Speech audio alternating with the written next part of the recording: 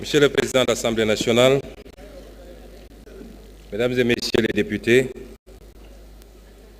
Messieurs les ministres, chers invités, nous venons d'écouter avec beaucoup d'attention la réaction des députés à la présentation de notre déclaration de politique générale. Je voudrais faire un ou deux rappels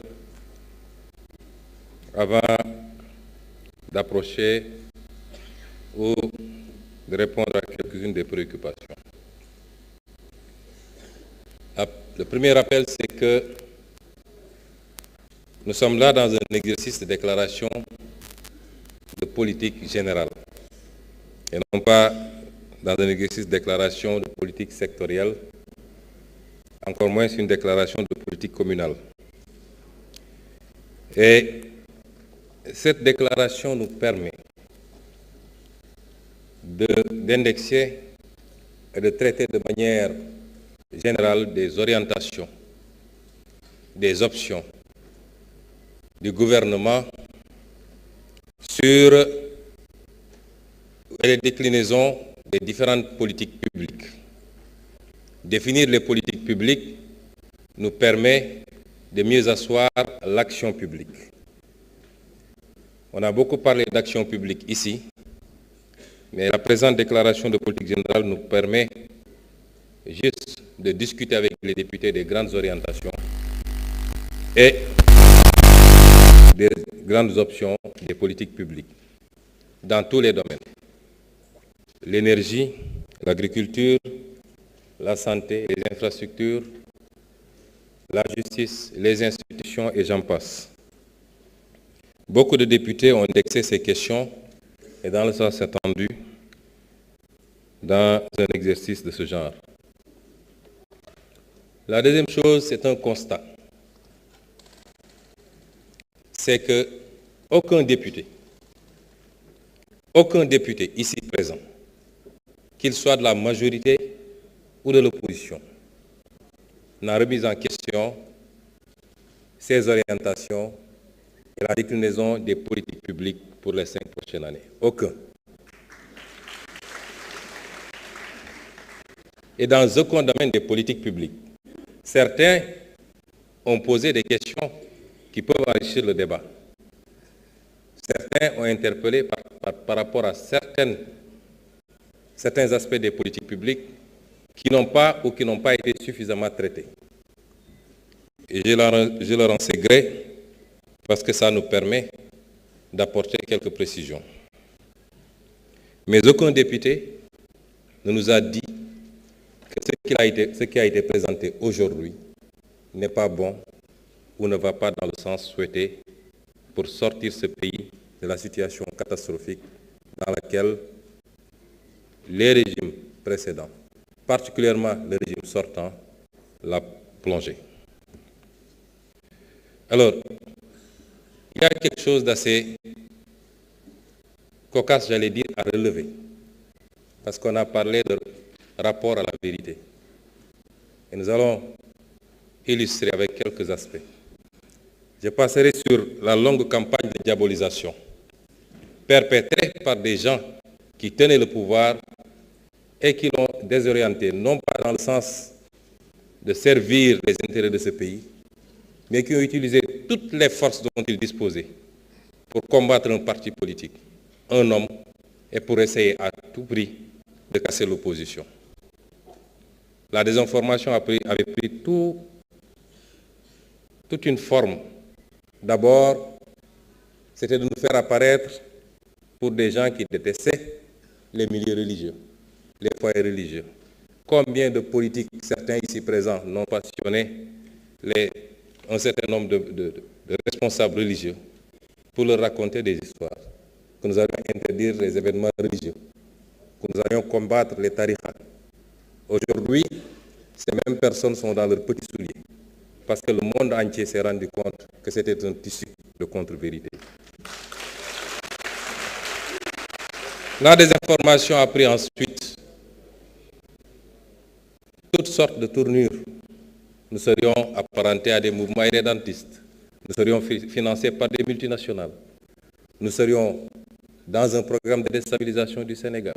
Nous aurions des relations avec des organisations terroristes, islamistes et j'en passe.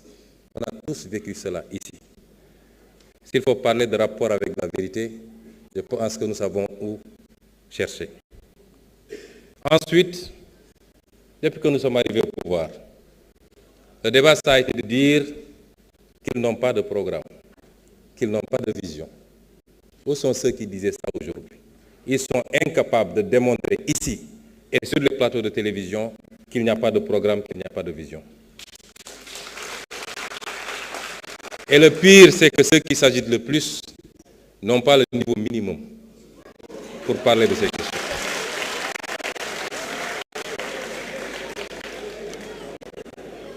Et ensuite, aujourd'hui, personne ne nous dit qu'il n'y a pas de vision. Personne ne conteste ce qui a été proposé. Plébiscité depuis la présentation du référentiel par tout le peuple sénégalais, également par tous les partenaires au développement. Ces mêmes qui ont agité ici et qui ont contesté lorsque nous sommes livrés à l'exercice de vérité. Parce que nous aurions pu faire comme eux, puisqu'on parle de rapport à la vérité. Qu'est-ce qu'il y a de plus malsain en termes de rapport à la vérité que de mentir à tout son peuple, de mentir aux partenaires internationaux, en leur cachant les véritables chiffres pour pouvoir continuer à endetter le Sénégal et ce qui nous met aujourd'hui dans la situation fâcheuse dans laquelle on se trouve. Il y a des gens qui devraient avoir honte de parler et surtout de le faire de cette manière.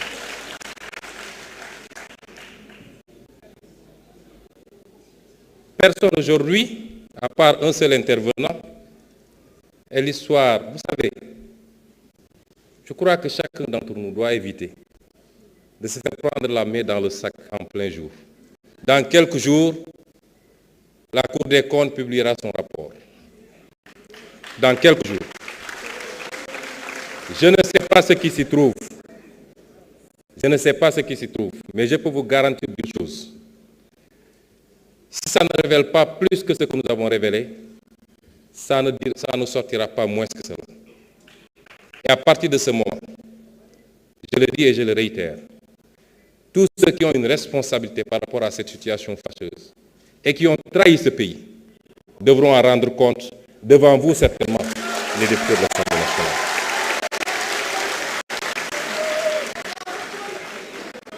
Je voudrais que certains comprennent qu'une certaine forme de politique est révolue dans ce pays. La politique, désormais, c'est de parler en connaissance de cause, de parler de ce qu'on connaît, de donner des faits et des chiffres précis. Ici, sur cette tribune de l'Assemblée nationale, il y a 5 ans de cela, lors d'une déclaration de politique générale, si ma mémoire est bonne, ou alors lors du passage du ministre des Finances, j'avais fait et chiffres à l'appui, démontrer la situation catastrophique dans laquelle on était en train de plonger le pays. Et j'avais terminé par annoncer que les Sénégalais allaient souffrir. L'histoire ne m'a-t-elle pas donné raison? Ici, sur cette tribune de l'Assemblée nationale. C'est vous dire que ce qui s'est passé le 24 mars n'était pas la fin d'une histoire. Ce n'en est que le début. Et tout homme politique qui ne pourra pas suivre ce rythme est voué aux gémonies et doit mettre un trait sur sa carrière politique. Le pays va changer et il va changer au forceps.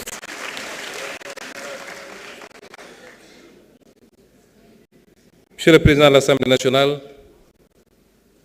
honorables députés, le débat s'est posé en termes très simples.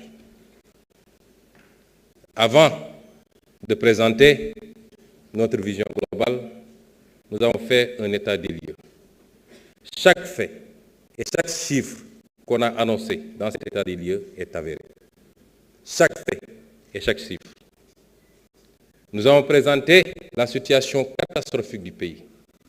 On nous a vanté les mérites d'un bilan. Le vrai bilan, il est là.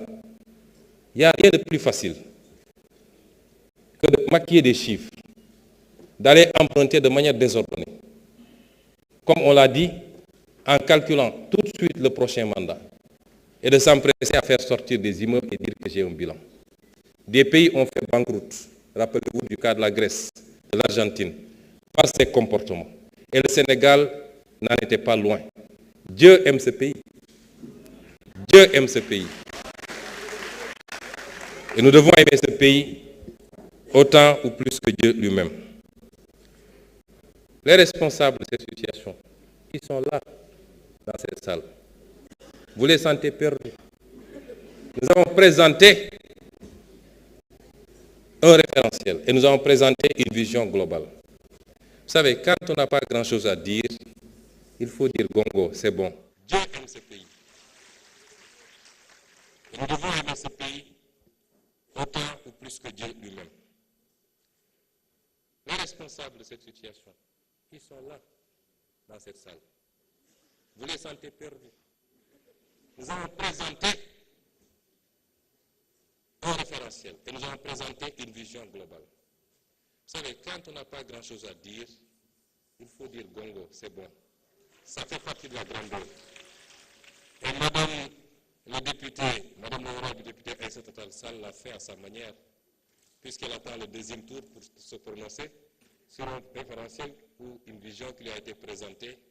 Elle avait largement le temps, parce qu'au deuxième tour, je crois qu'il aura à peine 1 ou 2 minutes, maximum 5. Mais si vous entendez bien, ce qu'elle a dit en langage très effilé, comme savent le faire mes amis les avocats, c'est que simplement, monsieur le ministre, je n'ai rien à vous dire, tout est bon. J'espère que vous ne rêvez pas encore de me juger, mais je n'ai jamais eu de problème à répondre à l'Assemblée nationale. Je n'ai peur d'aucun député. J'ai été député ici à l'Assemblée nationale, où vous étiez 127 et j'étais seul. Et le peuple sénégalais peut témoigner que ces 5 années de députation, n'ont pas été en faveur de vos 127.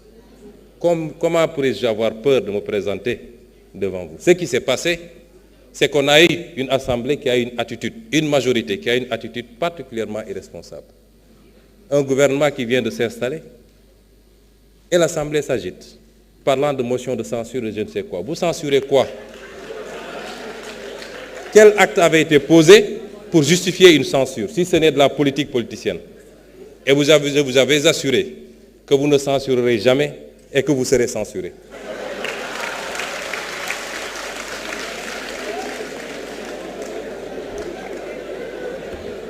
La politique,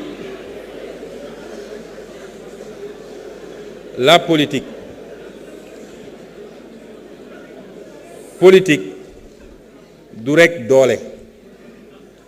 Politique xel moo ci ëpp. Politique comme lamb la booy dóor pour am ngemb la waaye yéen pendant 10 ans da ngeen topp dóor bi rek ànd ceeg soxar goo xam ne ñëpp gis nañ ko di dóor rek waaye fu ngeen mujje du kat appui de waaye biir bi ngeen moo ne fas ci suuf. Donc il faut apprendre de vos erreurs.